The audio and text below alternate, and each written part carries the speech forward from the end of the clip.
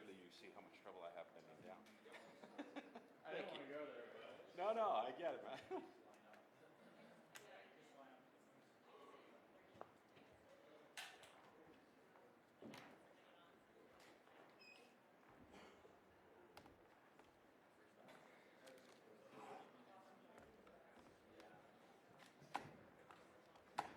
Hey, when you're in that box, can you hand me the zoom handle that's there? You see it? Yeah, just that hand. Yeah, thanks. Sorry.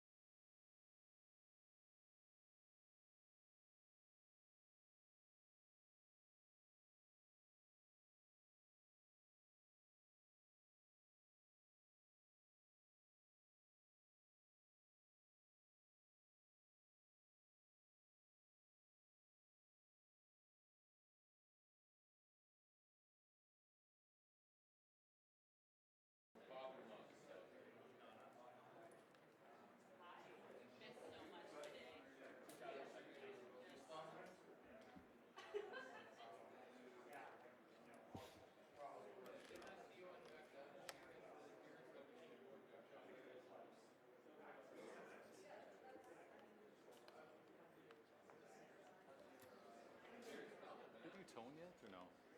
I don't know. I just got here. Sorry. Yeah, no worries. That's back in from lunch.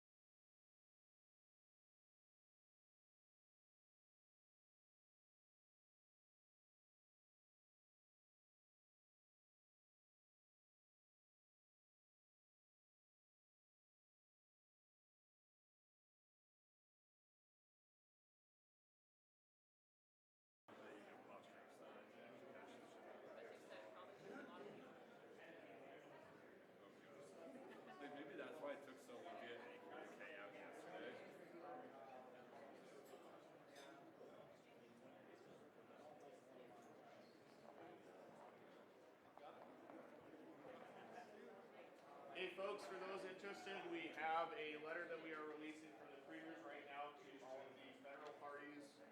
Will be right here. Jim, I don't want to keep this camera. So, Jim, this is just to the Prime Minister, but it's a form letter that goes to everybody? Yeah, so the identical letter will go to everybody just for convenience sake. We're just printing them off. They're Yep, gotcha. literally probably still. Here, insert federal leader here.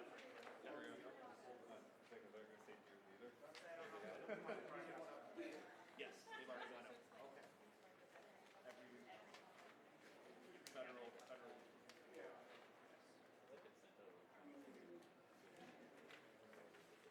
This like just happened. I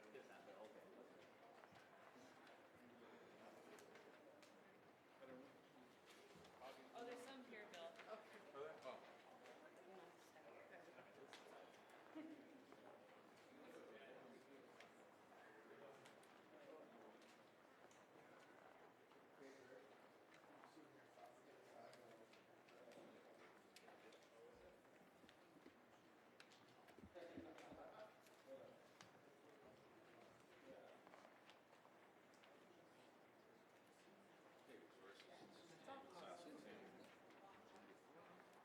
Hi guys. You see me? And then, folks, there are also new communiques just out on the media table on economic competitiveness, cannabis, and on the 2020 coffee. This is why I check in.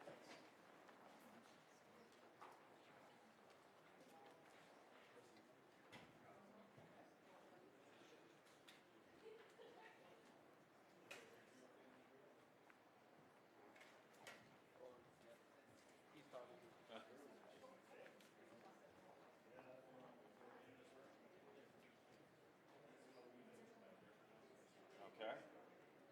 But you see me now? Okay, and the signal looks good? Okay, because I'm just going off cell, I'm not going off the Ethernet because I have that connected to my computer.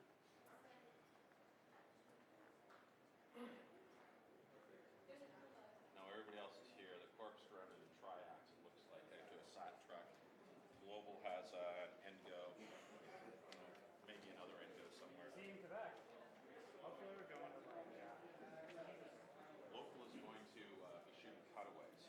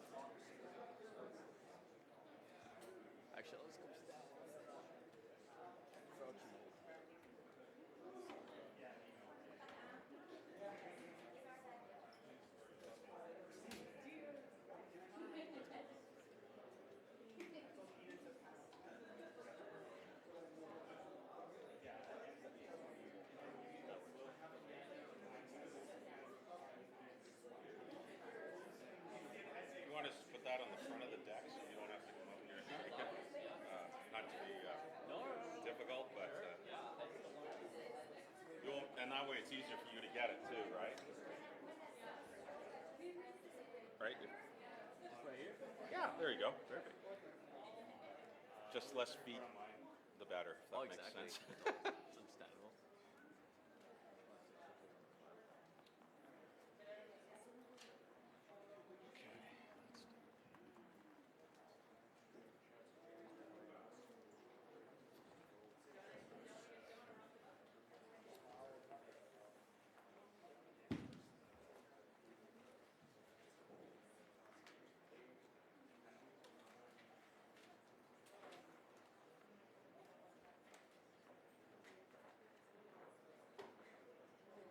I'll reserve since it's a date in Saskatoon, just to give you guys a heads up.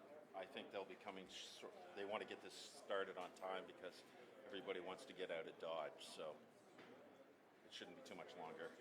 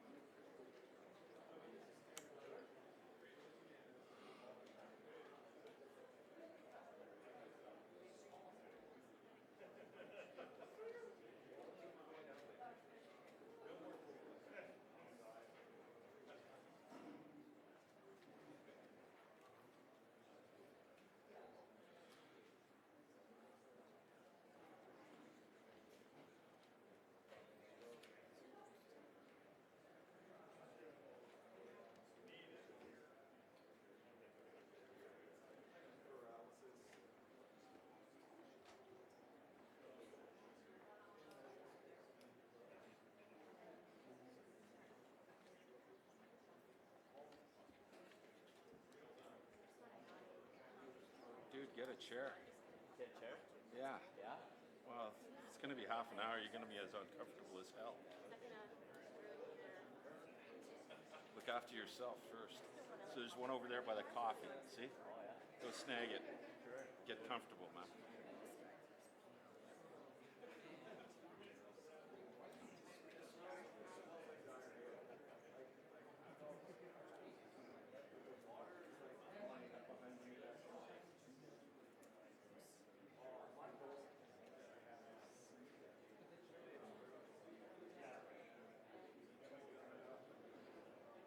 One, two. Just let me know if I'm in your way. Oh, don't worry. That's what I mean. You're kind enough to move your stuff. Let's keep you comfortable.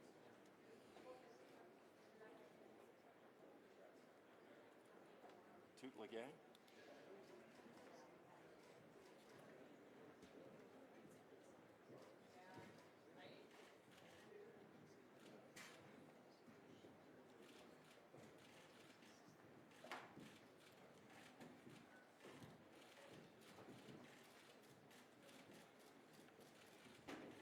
Good afternoon, everybody. Thank you for, are we on?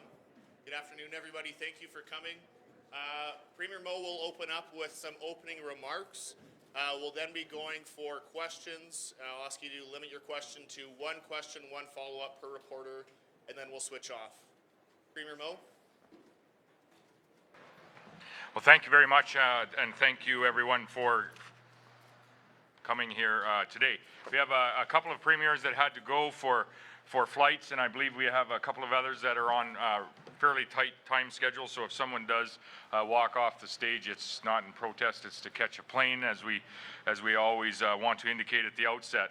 Over the past 3 days, it has been my true honor to host Canada's premiers, my colleagues from across the nation, right here in Saskatoon, Saskatchewan, for the Council of Federation meetings. We opened with the premiers coming to Big River First Nation for a day of very important meetings with leaders of national Indigenous organizations, the first time this has occurred in a First Nations community. And I want to again thank the community of Big River First Nation and Chief Bruce Morin for welcoming us with open arms. It was appreciated by myself, and I think I speak on behalf of all of our colleagues. Yesterday and today, we gathered here right in Saskatoon and had a very thorough conversation on a number of issues. As chair, I can say that I was impressed with the spirit of collaboration that was brought to the table and the ability of my colleagues to put politics aside. These discussions included topics such as internal trade, international trade, immigration and labor mobility, strategic infrastructure investments, climate change policy, healthcare, sustainability, mental health and addictions, Arctic sovereignty, among numerous other discussions that we were able to have. We have issued a number of communiques on these topics, issues that are at the forefront of the priorities of our nation. But I won't go into the communiques point by point, as you have those. As Premier of Saskatchewan, I certainly had my areas of priority, and if I could take my chair hat off for a minute, I was certainly encouraged with concrete movement on a number of issues. These include action taken by premiers to continue to remove barriers to internal trade by allowing provinces to unilaterally remove exemptions or exceptions to the CFTA. Alberta has already taken advantage of this update to the CFTA process and removed a number of exemptions yesterday. Saskatchewan will be following suit with a comprehensive review of the exemptions that we have, with an eye to removing those to promote free and fair trade in our nation. And there's a commitment from my colleagues to do a review in their respective jurisdictions. And we call on the federal government to review their exceptions to the CFTA agreement, as they have the largest list. Many issues were discussed that require direction and leadership from the federal government. Of course, we all know there will be a federal election this fall. As premiers, we decided to seek clarity on the issues from the federal party leaders on behalf of Canadians. We'll be sending a letter to all federal leaders we sent a letter to all federal leaders asking a number of questions, and we will make their responses public so that all Canadians can know where the federal parties stand and can make an informed choice. The letter contains numerous questions pertaining to issues such as economic competitiveness, jobs and skills training, immigration, healthcare, sustainability, innovation, climate change, strengthening Canada's position in the Arctic, advancing reconciliation in our nation, as well as Canadian federalism. As an example, one question in this letter asks the federal leaders if they will commit to a goal of Canadian energy independence and outline how they will achieve that goal. And I think this would be an important step in building a stronger economy and advancing Canadian sovereignty and Canadian unity. These are the issues that Canadians care about deeply and are the issues they are looking for clarity on from our federal candidates. So to each of the federal leaders, I encourage you to review this letter sent on behalf of this nation's 13 premiers, a nation that is waiting for your response. I would once again like to thank all premiers for attending and for the spirit of collaboration that each of you brought to the table over the last 3 days of meetings. I am truly thankful for that. And I truly believe that today we are leaving with a stronger federation, a stronger nation, because of the work that we've accomplished here in Saskatchewan this week. So before we close my opening comments, I'd like to take a moment to recognize two of my colleagues. Over the course of the past year, becoming Premier just last November, Premier Higgs has served as a Council of Federation Chair. And I'd like to recognize his work as the past chair and his assistance as I assumed the role of chair at the beginning of these meetings this week. Thank you very much, Blaine. I would also like to recognize my colleague, Premier Francois Legault. Premier Legault graciously assisted in communicating the COF messages en français to ensure the Council of Federation message could be heard in both official languages. Premier Legault will assume the position of Chair of the Council of Federation next year as Quebec hosts Canada's premiers in Quebec City. So I would now like to turn the microphone over to Premier Legault to invite the nation to Quebec, to Quebec City for Council of Federation 2020. Merci, Scott. D'abord, avant d'inviter tout le monde à Québec, je voudrais, au nom de tous les collègues, dire merci à Scott Moe, au premier ministre Scott Moe, pour son accueil chaleureux et sa bonne gestion aussi des réunions. J'insiste pour dire qu'on a beaucoup plus de points sur lesquels on est d'accord que de points sur lesquels on n'est pas d'accord. Mais quand c'est arrivé, rarement, qu'on n'était pas d'accord, le premier ministre Moe a très bien géré le dossier et donc a été un excellent co-chair. Donc, il a mis la barre très haute pour l'année prochaine. Je veux profiter de l'occasion pour inviter tous mes collègues premiers ministres à Québec l'année prochaine, du 22 au 24 juillet, au Château Frontenac. Je vais essayer de relever le défi que notre accueil soit aussi bon puis aussi chaleureux que ce qu'on a vécu autant pendant les réunions qu'en dehors des réunions. Je ne sais pas encore quelle sorte de chanteuse ou chanteur on va trouver, mais on va essayer de faire notre possible. So I would like first to thank Premier Moe for the way he managed the discussions during the 3 days. Again, I want to repeat that there are a lot more subjects on which we agreed than some subjects on which we disagreed. But when it happened, Premier Moe managed it in a way that I think everybody are happy going out of this meeting. So thank you, Scott, for your warm welcome. And I would like to invite everybody to Quebec City, to the Château Frontenac, 22nd to 24th of July next year. It'll be also, I hope, a warm welcome like you did. Thank you, Scott. Thank you, Premier. Thank you, Premiers. We'll turn it over for questions now. David Cochran. Hi, Premier Legault. I know you said, Premier Legault, that there were more things you agreed on than you disagreed on, but I have to ask you about one you probably disagreed on. I know. Last night we spoke to Premier Kenney, and he said that whoever wins the federal election in the fall, he would expect that Prime Minister would exercise their constitutional authority to approve trans-provincial border pipelines, even if provincial governments were to object. So the implication being that it could be done to Quebec should the next Prime Minister choose to do so. What is your message to any Prime Minister who would be willing to exercise that authority to push a pipeline through your province over your objections? It's true. It's one of the points on which we disagree. So we agree to disagree on this point. What I'm saying is that for legal reason and for political reason, I don't see how we can have a new pipeline on the Quebec territory without the approval of Quebecers. So right now, there's no social acceptability for a new oil pipeline. But again, there's a great project about a gas pipeline, very important one, and I want to focus on this project for the next months and years. It's important, be good for all Canada. But just as my follow-up, if I may, we've seen the ongoing saga with Trans Mountain and what has happened there. There is no Energy East proponent right now, but the concept is still very much alive in the hopes of certain people. So what is your message to any Prime Minister or Prime Ministerial candidate who would take the position that a west to east pipeline is in the national interest, even if Quebec objects, and is willing to use their authority to push it through? Okay, in Quebec, we consider that we need the approval of a province before having an oil pipeline on the territory of this province. It's true in BC, it's true in Quebec, so I know we disagree on this point, but the point was made clearly by both parties. Next question. Oui, bonjour, Hugo Lavallée de Radio-Canada. J'ai une question pour vous, Monsieur Kenney. On vous a entendu être le champion de l'autonomie des provinces depuis votre élection. Vous avez mené le combat contre le projet de loi C-69 du gouvernement fédéral.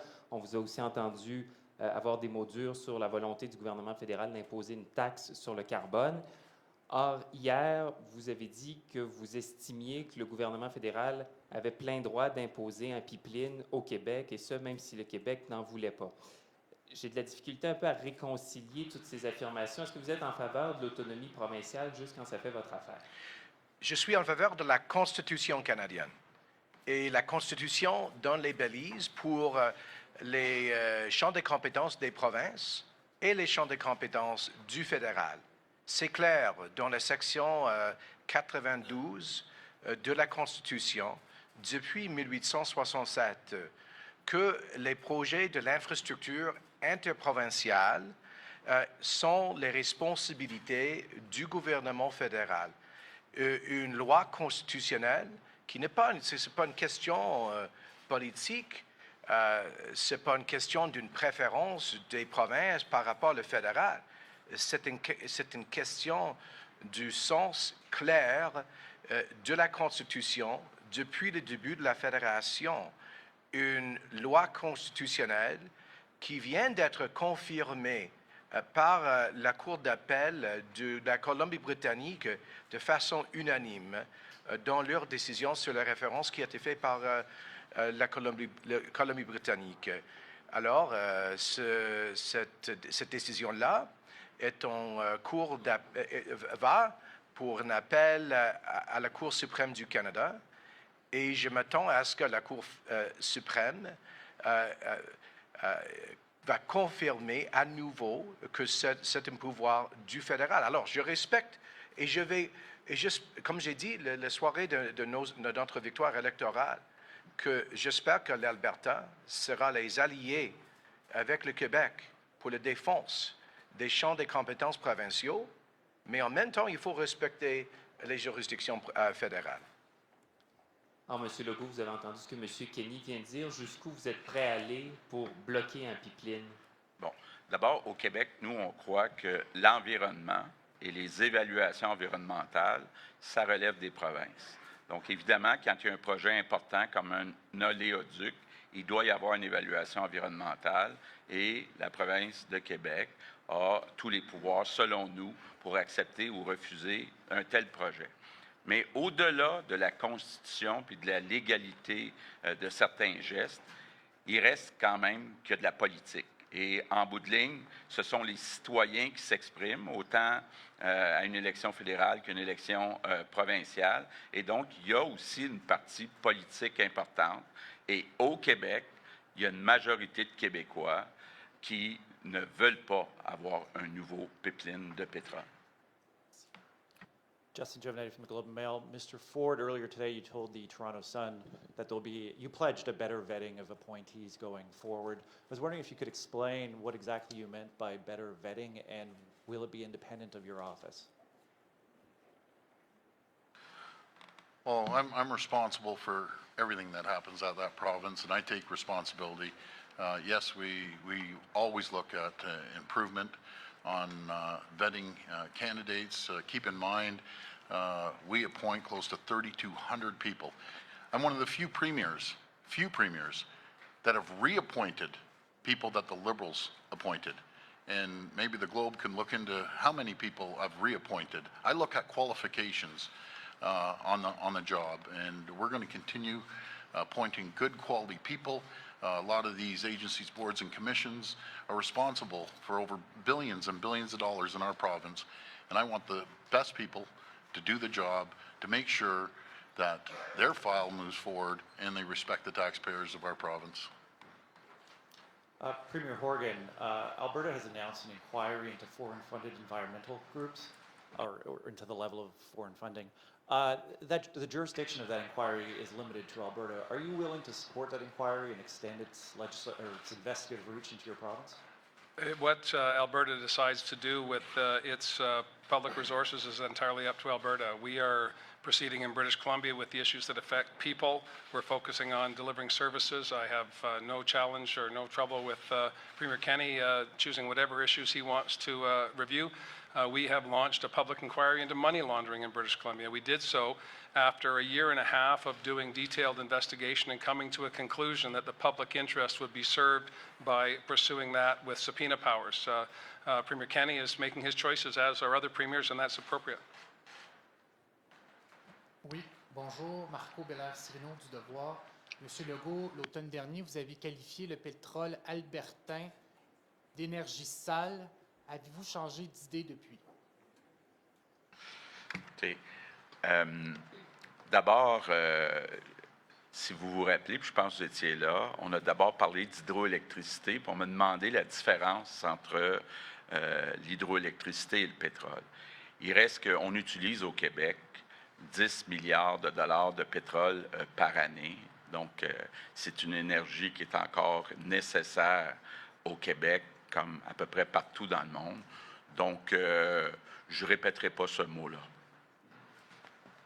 Sur un autre dossier, comment votre gouvernement va s'assurer que l'eau consommée dans les écoles et les services de garde est adéquate?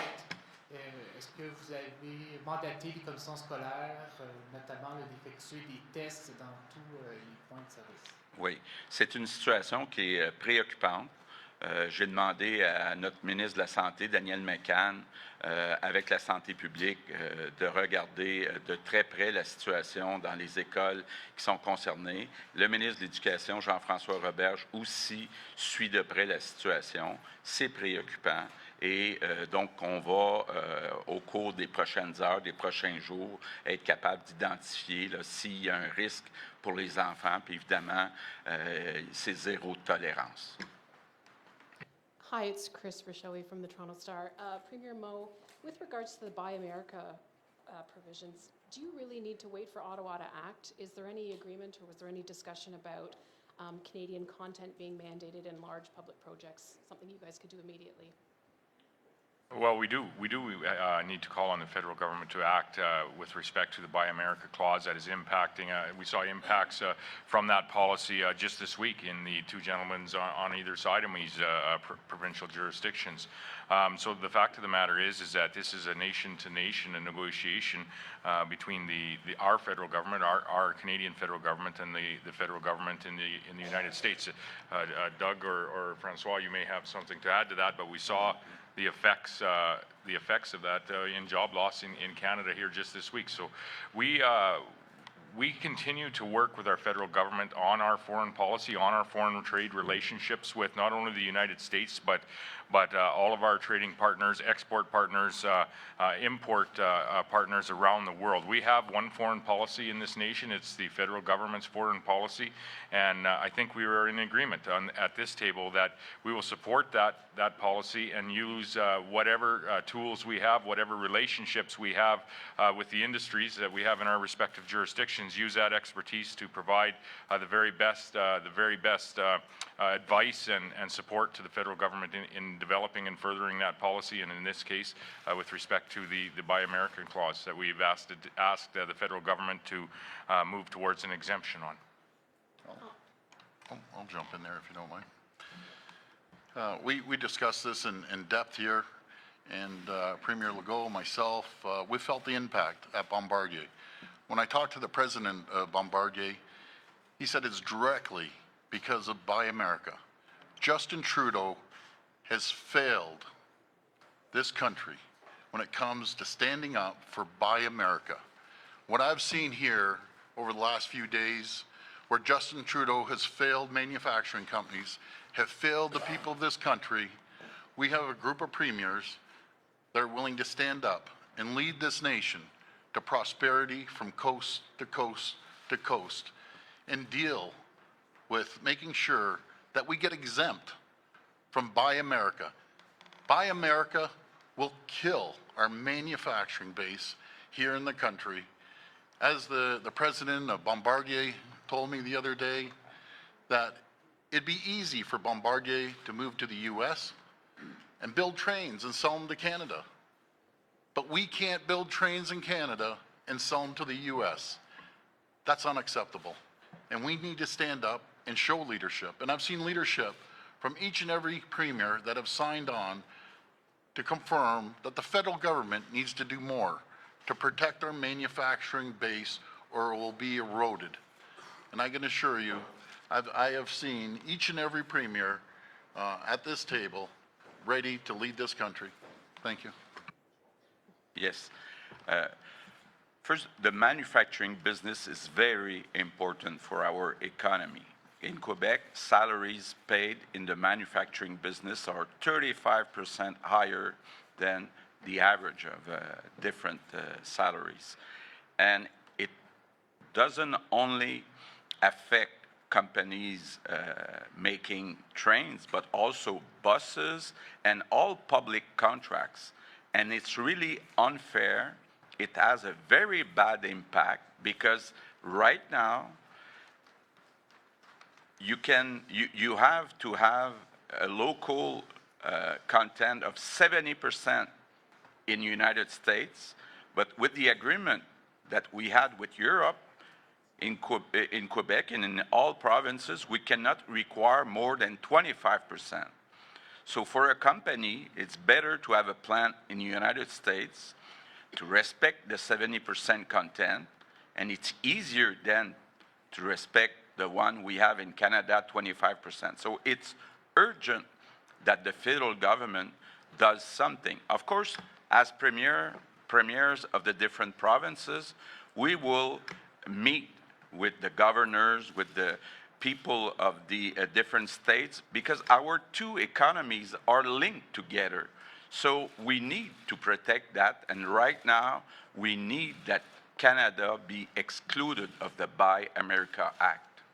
And we did have discussions with respect to continuing to act on efforts that the Council of Federation had taken under then Chair Premier Higgs last year to engage with governors at the National Governors Association meeting in Washington. And we have a commitment for a number of premiers to jointly join in that meeting again this year to advocate on behalf of not only our exports, but our imports and our imports of investment, if you will. I've also put forward that we will be organizing a joint mission to the European Union as well, so that we can ensure that we're advocating with those countries, for example, that have not yet ratified the CETA deal in the European Union, and ultimately also the UK, depending on what happens there over the next number of weeks. So we're going to continue to work hard advocating with our federal government to expand our trading relationship, our trading opportunities with all of our partners, but understanding that the United States of America is of 11 of 13 provinces by far our largest trading partner. Was there any support around the table, though, for Buy Canadian provisions?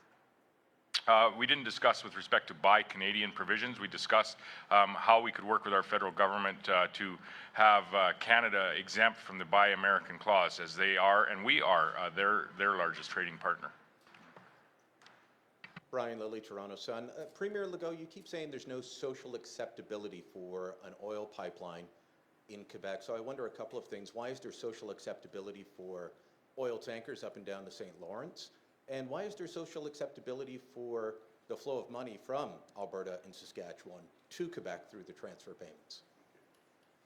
First, we have to understand that 90% of the oil used in Quebec is coming either from Canada or United States. So people saying, oh, we have risk with boats coming from Saudi Arabia or whatever, it's not true. Second, 70% of the oil consumed in Quebec is coming from a pipeline, the Enbridge pipeline. So people, they don't want to add to Enbridge pipeline, but right now, this is the situation. No social acceptability. Its facts have been proven by polls. But why the social acceptability for taking money from the people that Premier Kenney and Premier Moe represent in terms of the transfer payments? Because whether it goes through the federal government or not, that is where the bulk of the money is coming from. So why take the money from the resource that you don't want going through your province? I will come back to the Constitution. at the right beginning of Canada, the equalization payments were part of the Constitution. And it's a program to make sure that all provinces can finance same programs. I don't like that. I'm not proud of that, receiving equalization, and it's the main reason why I started a new party. And my priority, my obsession is to create wealth and make sure that after a certain period, we don't receive any more equalization payments. So it's different to talk about the environment and to talk about equalization payment. Hi there, it's David Haynes from David Haynes from Queen's Park Briefing.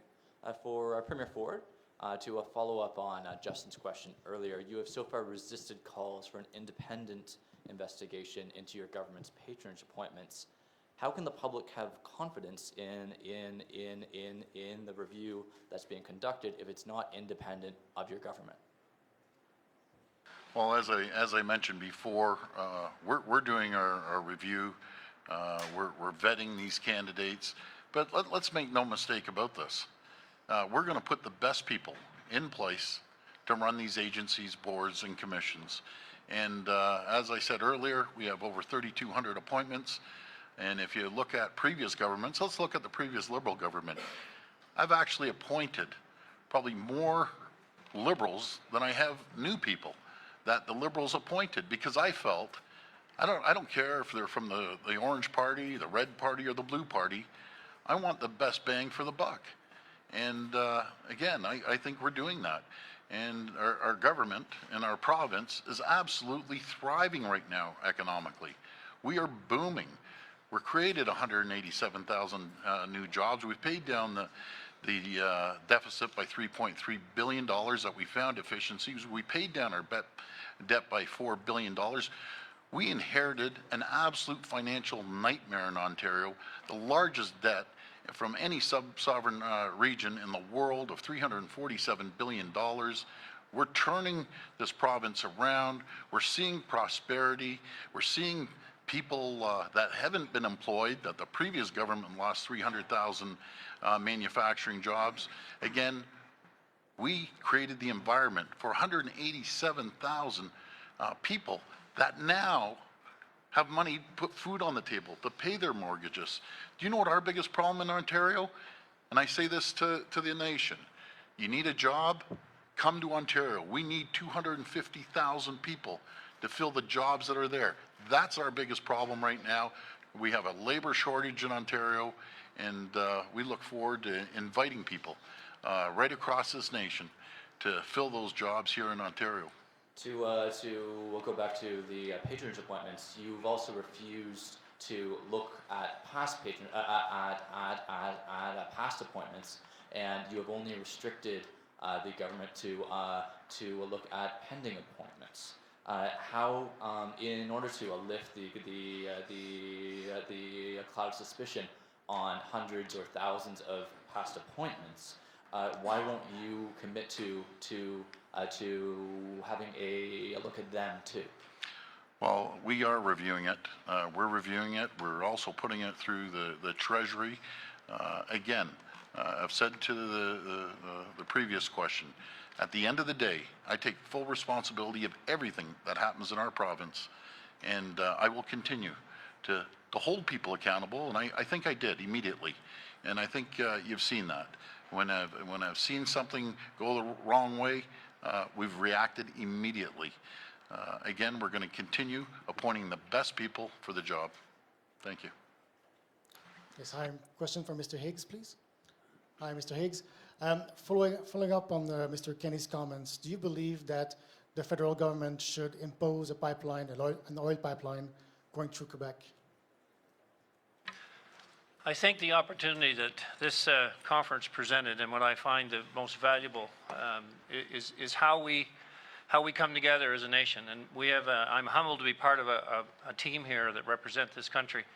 And the needs that are addressed, one that is certainly getting resources to market is one that's near and dear to my heart, as you know, because I've been a strong advocate. I think that what we've agreed to here in the form of an economic corridor through our country that brings prosperity across the nation from any province is very important. I think the discussion around the electrical transmission lines, the gas pipeline being included is certainly a step forward in that regard.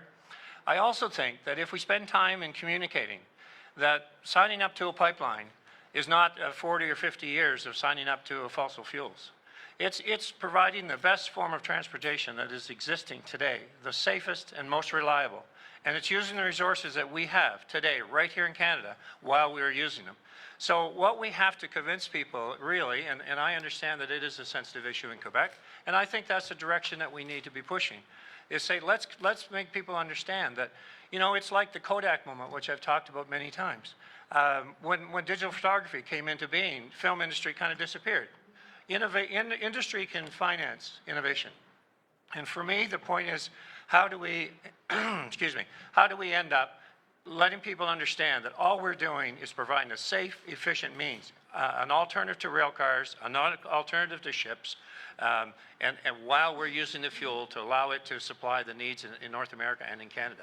So I'm encouraged by the discussion we had, and I know it's a process, and I always think things move too slowly, and you know, some events, that's absolutely true. But I'm just proud to be part of the team, and if you read our communication, I think you'll see that we're moving forward as a nation, and I'm excited about that. If I could just offer a clarification, because that's the second question that has mischaracterized my comments. I have never said the federal government should, quote, impose a pipeline on any province. Rather, I said that the Constitution is clear that interprovincial infrastructure, such as pipelines, are the exclusive authority of the federal government, something that was confirmed in a recent unanimous decision of the British Columbia Court of Appeal, a case that is now under appeal to the Supreme Court of Canada. There is no pipeline to impose, and obviously through the federal environmental assessment process, provincial governments and other stakeholders have every right and responsibility to make their submissions, including environmental concerns. So I don't see the constitutional authority of the federal government as an imposition. It's just a recognition of legal reality since 1867. Thank you. Monsieur Legault, dans votre commentaire en anglais, vous avez dit qu'il y a des arguments légaux qui permettent au Québec de s'opposer à l'imposition de pipeline. Quels sont ces arguments légaux? Parce que selon M. Kenny, c'est comme très clair que la Constitution permet au fédéral. Ce qu'elle vient de dire, M. Kenny, c'est qu'il ne veut pas imposer. Et il a dit aussi qu'il y a des évaluations environnementales qui sont sur la responsabilité des provinces. Donc, je pense que l'angle environnement, c'est sûrement un angle qui peut être utilisé par les provinces. Mais au-delà de la légalité, l'argument le plus fort, c'est un argument politique. Il n'y a pas de politiciens, autant au provincial qu'au fédéral, qui veulent se mettre à dos une majorité de la population. Donc, il faut tenir compte de ce que pense la population du Québec. Donc, le Parti fédéral qui voudrait se faire élire en proposant un pipeline à travers le Québec serait battu, selon vous, au Québec?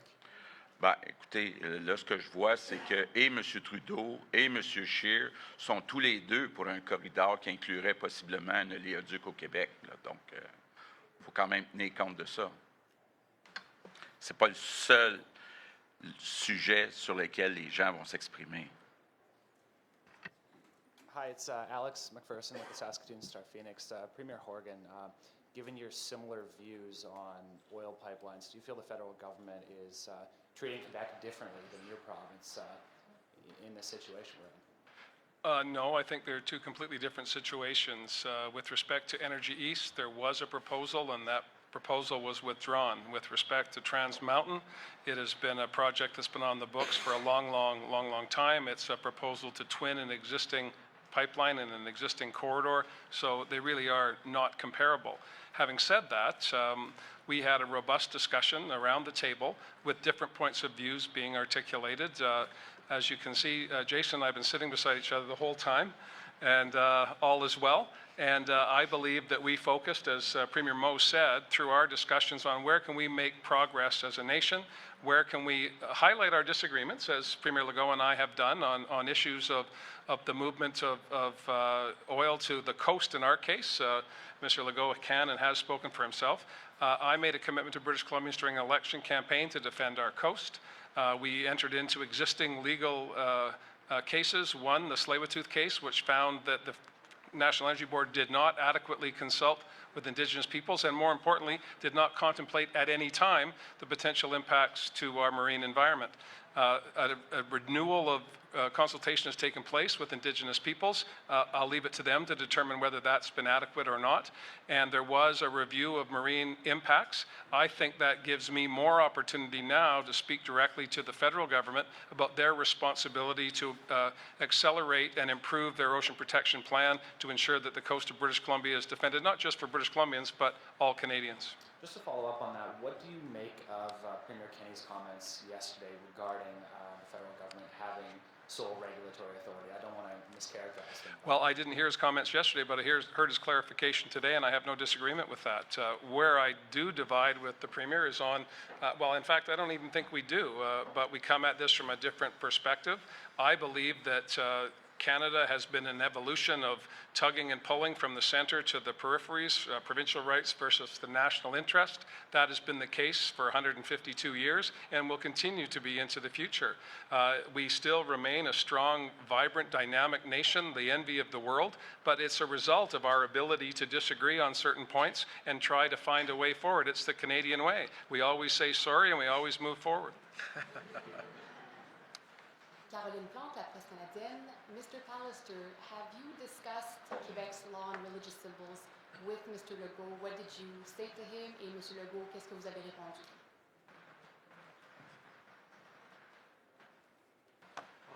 I think he's a fine man and the Premier of Quebec, and I think that if two men always agree, that one of them isn't doing any thinking. So we disagree on C-21.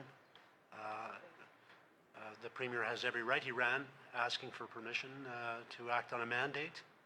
He has the right to advance that bill, and I respect that very much. I don't agree. The people of Manitoba celebrate our diversity. I believe the country does too. I don't think we should hide that. So my position will continue to be what it is, and perhaps the Premier's will continue to be what it is as well. So you have sat down together? I think we agree to disagree, but we agree on many other things. Did you actually meet and sit down together? Yeah. Okay. And Monsieur Legault, je voulais savoir sur quoi vous basez-vous précisément pour affirmer qu'une majorité de Québécois s'opposent au passage d'un pipeline dans la province. Vous parlez de sondages, donc lesquels? Est-ce que ce sont des sondages sur Énergie Est qui datent de quelques années ou un sondage que vous avez commandé vous-même? OK. D'abord, je voudrais répondre à votre première question, à M. Pallister. D'abord, vous dire qu'il n'y a pas unanimité au Canada, on le voit dans un sondage ce matin, sur l'interdiction des signes religieux pour les personnes en autorité. C'est très partagé partout au Canada. Maintenant, au Québec, la question a été tranchée. Il y a un projet de loi qui a été adopté, appuyé par deux partis qui représentent plus de 50% des Québécois.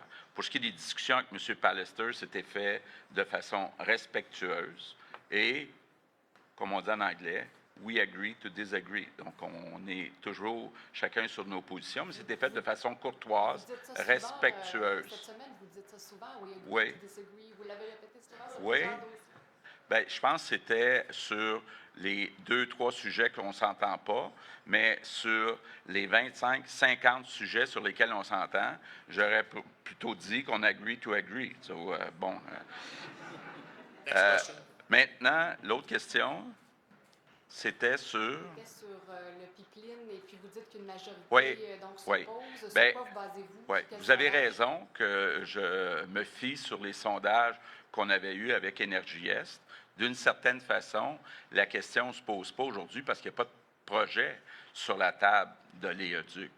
Mais ce que j'ai vu dans le temps d'Énergie Est, c'est qu'il y avait une majorité qui s'opposait à l'époque. Mais actuellement, il n'y a pas de projet sur la table et on va travailler sur un gazoduc. Hi, Premiers. Molly Thomas, CTV National News. You've asked the federal government to increase health transfers by 5.2%. How do you plan to get them back to the table, though? Because you've recently signed a deal with them not too long ago. Maybe Premier Ford will start there and anyone else that wants to weigh in. Well, we need to increase the transfers. I'll tell you, in Ontario's case, from 2017, we're down $400 million on health transfers. That's a massive amount. We need to even increase, in my opinion, even higher than 5.2%. So again, Ontario's been affected to a tune of $400 million when it comes to healthcare. But I'm proud of our administration. We're spending more money than any Ontario government in the history of this country. We increased spending on healthcare $1.3 billion. We're focusing 3.8 on top of the 1.3 billion. We're also increasing mental health and addiction that I'm passionate about to a tune of $3.8 billion. And you hear myself and Justin Trudeau go back and forth, but I give credit where credit is due. We put $1.9 billion up, and the federal government matched that $1.9 billion. And I always say I'm willing to work with any leader, any government, if they're willing to work with the province to support the people of Ontario. Right, but how do you get them back to the table? Well, we're going to continue working in dialogue with the federal government. They're in full campaign mode right now, and I appreciate they're out and about trying to get votes, but we're going to continue working to make sure we have the best healthcare system in the world right here in Ontario. Make sure we stop hallway healthcare. When we got elected, there was people in hallways across our province waiting to see a doctor for 5 hours. We are going to end hallway health care.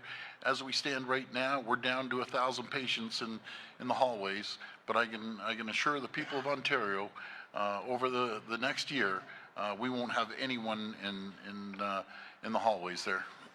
I would just add to this on 2 points on how we get them back to the table.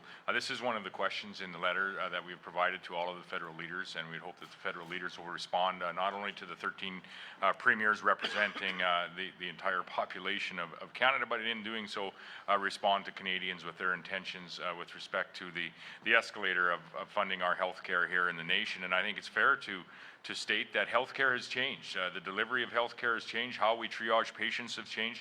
The investment that provinces how provinces have invested and how they need to have some latitude and flexibility to invest into the future to ensure that we can engage with the latest innovation, if you will, in healthcare. In this province alone of 1.2 million people, or just under 1.2 million people in Saskatchewan, over the course of the last number of years, we've increased our complement of nurses by some 3,600. We've increased our complement of physicians by 900. This has most certainly changed the operating costs of the facilities that we have. We have a children's hospital that's being built, will be open this fall just across the river. 60 to 80 new disciplines offering services that just haven't been offered in this province before. So the investment that provinces have made is there. It's been in challenging times, if you will, with respect to the cost sharing with the federal government. But we also, in addition to that, we do need the ability to be able to innovate and ensure that we can utilize the very latest methods, if you will, in offering the very best care that we can to the people that we represent and present the healthcare options in our respective jurisdictions. I know that you all talked about the National Pharmacare Plan, but there was a clause in there to possibly opt out. Maybe Mr. Kenney, would you opt out, and doesn't that defeat the purpose? Alberta has not made a decision. We haven't seen sufficient details to make that decision. But in the prospect, there's two federal parties right now that are talking about a National Pharmacare Plan. My main focus would be to encourage any federal party to respect provincial jurisdiction in delivering health services. We're the ones closest to our citizens who know what their needs are. And that, I think, applies to any additional federal funding for pharmaceuticals. There are many different kinds of plans that currently operate. And I would just hope the federal government would show much more respect for the provinces that actually deliver these services on something like pharmacare than they have on recent other initiatives, like, for example, environmental assessments. If I could make a comment about the discussion on healthcare, I will say that we've talked a lot today, through some of the questions about agreements and disagreements. I will tell you there was agreement from all 13 premiers here today on the increase of healthcare funding by the federal government, some 5.2%. Much of this was not just the Premier saying this. This was supported by the Conference Board of Canada and some recent reports suggesting about a 5.2% increase, but yet identifying and addressing some of the needs that we find that we face in our various provinces. Also today, the discussion on the National Pharmacare Program. This is, as Scott said, in the letter that will be going to our national leaders, but this was important because this is the first opportunity, and I think at the last three Council of the Federation meetings, this issue has come up, but we've advanced it today to bring this to the federal leaders, because this addresses much of the needs that we're seeing in our province when we see the increasing healthcare costs, knowing that we all have to deal with an aging demographic. I can assure you that healthcare budgets within our provincial departments will need support from the federal government to make sure that Canadians can have access to prescription drugs, expensive drugs, and as we continue to treat rare diseases. We're the only country with a universal healthcare plan that does not have a national pharmacare program as a component to that. So there are quite a few and quite a lengthy discussion today on healthcare. And the other one that we haven't talked about much yet, but will be that all premiers at this table across the country will come together at a healthcare and addiction symposium. And this will be the first time, to my knowledge, in the history of this country that we've seen such a commitment from the Council of Federation table. Heather Yorks, West Global and National. Before you go, we've got, this is the biggest issue at the table, so there's going to be a few answers. Thank you for the question, and here I am agreeing again aggressively with my colleagues, Jason and others, that we have a very comprehensive pharmacare program in British Columbia. We would be delighted to have a national pharmacare plan, but show me the money. At the same time, we're talking about implementing a new program across the country, which I think all Canadians would embrace. We need to be reminded that the partnership that existed at the beginning of public health care in Canada has been eroded over time, and we need to ensure, as new technologies come on board, new approaches come on board, that we are innovating in the delivery of services, as provinces are doing. In BC's case, we have primary care networks, urgent care centers to try and distribute healthcare provision, not just with docs, but with the whole range of healthcare providers. It's a positive initiative, more nurse practitioners, more RNs dealing directly with patients, dietitians, psychologists, mental health workers, and on it goes. Premier Ball just talked about coming together for a national mental health care symposium driven by the people at this table. We also talked about a national procurement strategy so that we can purchase diagnostic equipment, expensive diagnostic equipment in bulk, if you will, so that we can reduce the cost to the delivery of services. We're innovating in our provinces. We welcome the federal government back to the table as a full partner, and we welcome a national pharmacare program, but it cannot be a diminishment of the programs that are already being delivered in our provinces. We have time for 2 more questions. Heather Yorks, West Global National. I wanted to ask about the climate change communique. You speak to the need for provinces to retain their own jurisdiction when it comes to implementing a climate change plan, not necessarily the federal government's plan. But you're also asking for the federal government to improve funding when it comes to natural disasters, the consequences of climate change. What would you say to criticism that this seems to be a case of wanting to have your cake and eat it too?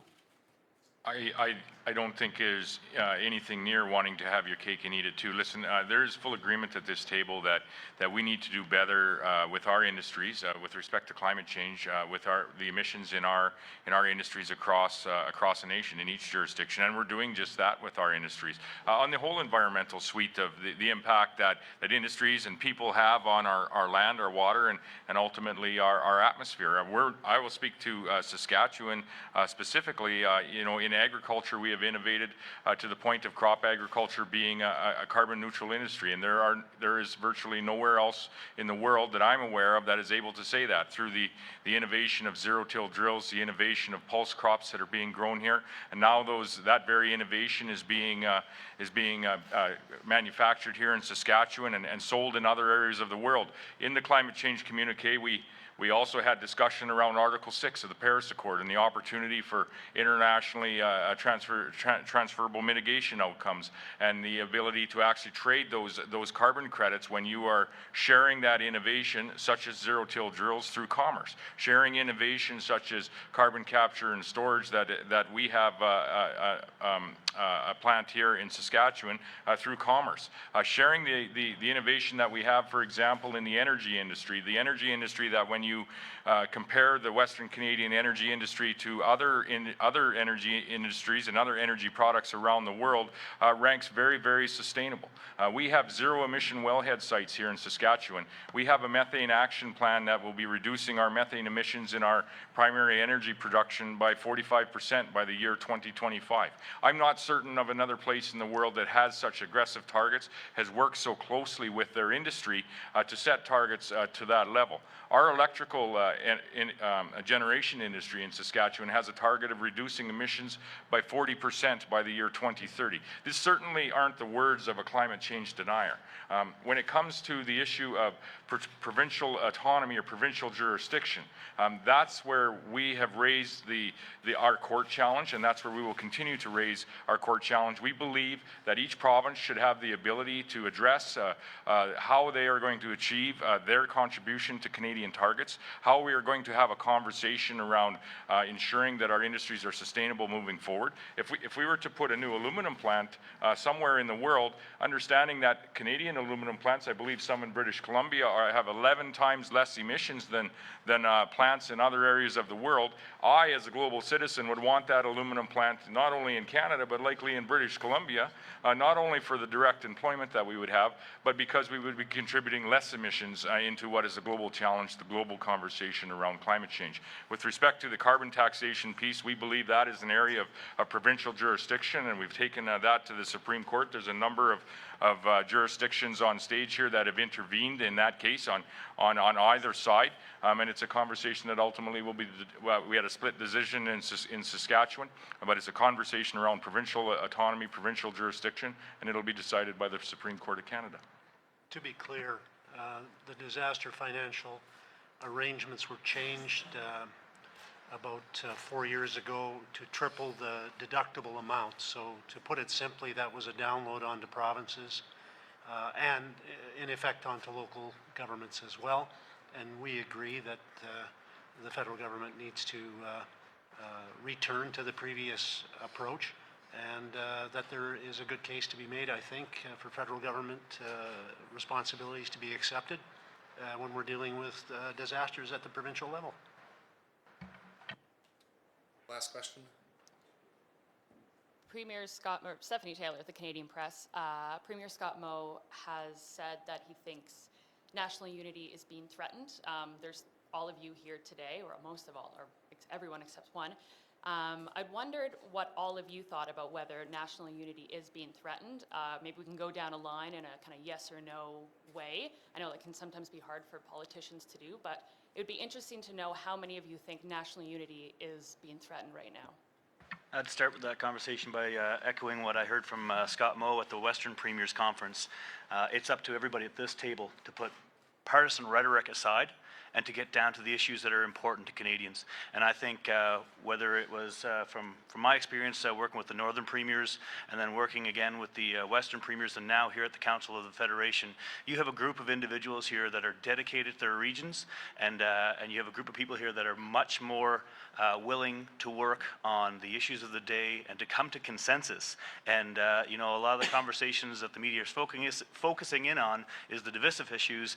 They really don't take up a lot of time in the table when we're all getting down and rolling our sleeves up and getting to the good work for this nation.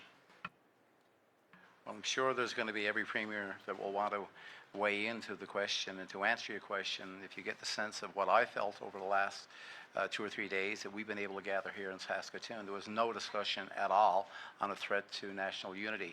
The comments that were made back around natural resource development, around Bill C-69, I know in my own province it's a piece of legislation that we have taken exception to, but I will say that is an improvement on what we've seen in the past with CA 2012. So today I think we've had a lot of great conversation. I've seen Scott Moe from time to time not just be the chair, but be the referee, and he's been able to do that. But we've come to a consensus. We found many things that we see agreement on today. One thing I will say, there was agreement that has all provinces working together, that Canada is a very strong nation and is one that is the envy of the world. Provinces that do business with each other tend to form a country that will be stronger than if they don't. So we've just made more progress in the last 2 years on reducing barriers among our provinces to trade than I've seen in the previous 23 years. I've been involved in that file for a long time. The country's stronger today because of that than it was before we agreed to take those barriers down. And we can take down other barriers among our provinces as well. And the sooner we do that, the sooner we put more money on the kitchen tables of Canadian families, and that makes our country stronger. No, I don't believe the country's divided, nor do I believe we're in a situation as was described. I think if you look around this table and the conversations that have happened today, it actually has been about cooperation. It doesn't matter at any time in our history, there are always issues that will have one province against another, or quite frankly, a disagreement with the federal government. I think we in the East have recognized there's certainly an issue in the West about getting resources to Tidewater. I don't think that is something that has happened in the last number of years. It's been my personal view. We should have had pipelines across this country 20 years ago to make sure that our resources get to market. But having said all of that, we continue to move to take down barriers, to allow labor mobility, to begin to recognize accreditation in each of our provinces. I was very proud very early on in my mandate to have an agreement with the province of Alberta when it came to labor mobility around apprentices. That has now gone entirely across the country. Premier Kenney said yesterday about the issue around identifying and recognizing medical credentials across Canada. We in Atlantic Canada brought our colleges together now and are looking to have one accreditation in Atlantic Canada. It's our hope that that'll go across the country. I think when you look at the table today, there is more that is actually binding us together than there is that's dividing us. I agree with Premier McNeil's comments. Over the last few days, I've seen a cohesive group of premiers come together. Yes, we might disagree in the room, but we come out united. And when we come out united, we can lead this country against anyone economically in the world. We are a strong group. And I can tell you, I was very, very impressed with each and every premier that's sitting at this table. And I'm excited to move forward and drive prosperity in this country, the likes of which this country has never seen. And in the interest of brevity, I will allow my colleagues to comment on my comments.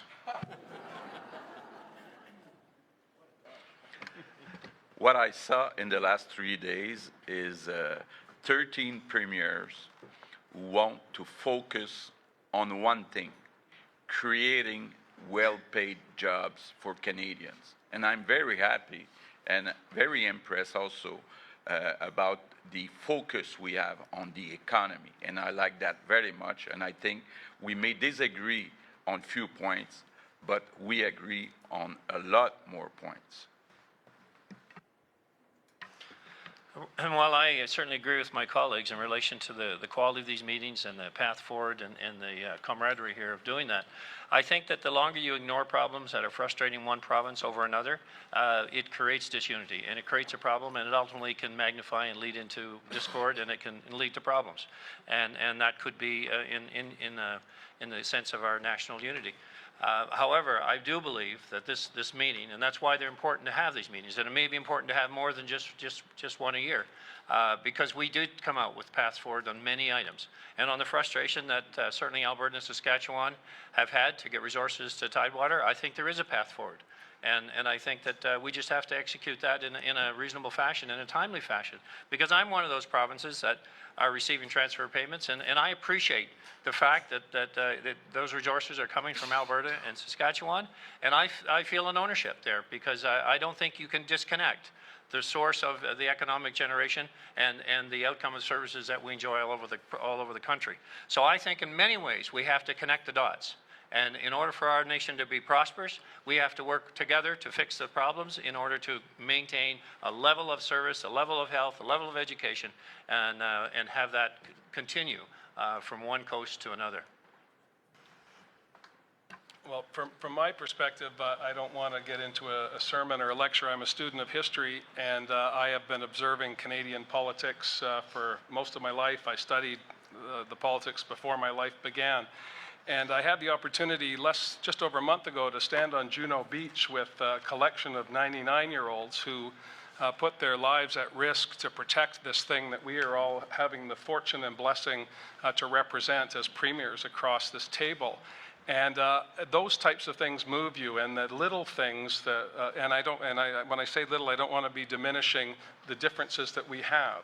But they do become petty in the grand scheme of things when you think about life and liberty and tyranny and all of the things that Canada stands against and stands for.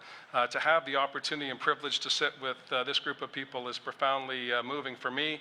And I think that we've demonstrated over the past 3 days that although we have differences, they are not so insurmountable that we would say farewell to all of those things that make Canada so profoundly excellent. And you know, certain things happen over the course of history that shock you. And a guy named Kawhi made me cheer for Toronto. So, you know, anything can happen in this great country. You made the mistake of asking 13 politicians for a yes-no answer. So I'll give you one. Yes, I agree with Premier Moe. Notwithstanding the collegial discussions and a lot of progress amongst colleagues this week, I will say here what I have said publicly many times, what I've said to my colleagues individually and collectively, what I've said to the Prime Minister, what I've said to the Senate of Canada, which is that the level of frustration and alienation that exists in Alberta right now towards Ottawa and the Federation is, I believe, at its highest level, certainly in our country's modern history. I believe that's a sentiment felt in some other parts of the country. Albertans have contributed a net over $620 billion to the rest of the Federation since 1960. We contribute net about $20 billion more into the Federation than we receive back in services and transfers. Albertans don't begrudge sharing much of their good fortune and the fruits of their resources and hard work with the rest of the country. They're proud to do so. Albertans are remarkably proud and patriotic Canadians and would be inspired by John's experience on Juno Beach. At the same time, there is a deep and abiding frustration that through their hard work and innovation and their willingness to develop our resources, we have been a huge engine of prosperity and generosity across the Federation, and yet, too often, we seem to have partners in the Federation, including in Ottawa, intent on pinning us down and blocking us in, and impairing our ability to develop the resources that help to pay the bills in the Federation, that help to build schools and hospitals and pave roads from coast to coast. I believe most of my colleagues understand this frustration, and I certainly hope that our federal government does, or that the next federal government does. So this is not just some random political opinion. We've had at least two credible pollsters in the past 3 months indicate between 50 and 60% support for the principle of potential secession from the Federation. Now, I don't think Albertans are actually ready to do that. I think they believe in this country, but that's a way that they are expressing a truly profound sense of alienation. And all they ask for is fairness in the Federation. I hope that some of the issues that we've discussed this week, including the concept of economic corridors, hopefully can address some of those concerns. But I think while I truly do appreciate the amicable spirit of these meetings, to come back to Brian Lilly's question, Albertans ask the reasonable question: if you're not willing to accept our resources, why are you willing to accept the money that comes from them? I'm honored to sit at the table with such 13 fine leaders from this country. And of course, there's going to be disagreements. We're all passionate about our territories and the wishes of our people. And if we weren't passionate about our province and territories, we wouldn't be here. We all work very hard to get our point across and make sure that each one of us is heard. But when we, like they said earlier, when we come out of the room, We're all united. You should be able to talk and argue all you want behind closed doors. But after that, you should be able to have a cup of coffee and shake the guy's hand and be friends with him. Thank you, Premiers. That concludes our time for today.